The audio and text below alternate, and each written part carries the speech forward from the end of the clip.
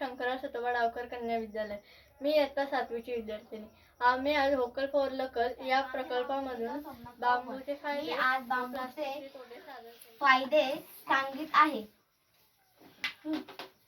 बांबू आरोग्यासाठी चांगले आहे. बांधकाम, कपडे, अन्न, इंधन यांसाठी बांबूचा उपयोग केला जातो. बांबू अतिशय वेगाने वाढणारी वनस्पती आहे. बांबू औषधी वनस्पती म्हणून ओळखली जाते. बांबूच्या पानांपासून. माझे नाव सलीम शेख. मी प्लास्टिकचे तोटे सांगत आहे. प्लास्टिक पर्यावरणास हानिकारक आहे. प्लास्टिकमुळे सजीवांना हानी पोहोचू शकते. प्लास्टिकमध्ये विविध रसायने असतात, त्यामुळे मानवाला हानी पोहोचू शकते. प्लास्टिक दीर्घकाळ टिकणारा कचरा म्हणून ओळखला जातो. प्लास्टिक पर्यावरण. मी आज बांबूचे फायदे सांगित आहे.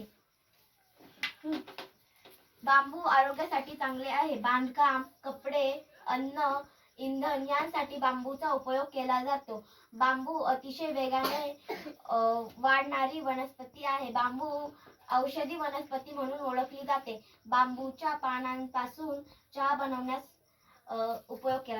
तर मैत्रिणींनो, आपण थोड्या वेळापूर्वीच बांबूचे काही फायदे व प्लास्टिकचे काही तोटे बघितले. तर त्यामध्ये रसायनामुळे पाणी दूषित होऊ शकते.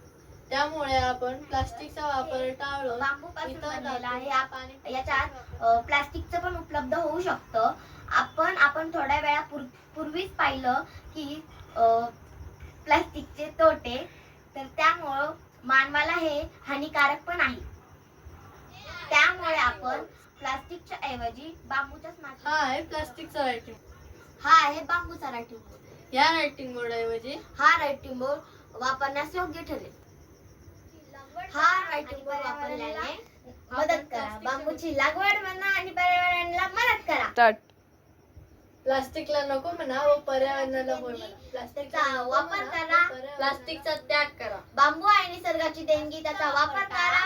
पर्यावरणाचा समतोल सांभाळा. प्लास्टिकचा वापर टाळा. समृद्धी आणि विकासाची सुरुवात. बांबूची लागवड. समृद्धी आणि विकासाची सुरुवात. फायदे व प्लास्टिकचे तोटे पाहिले.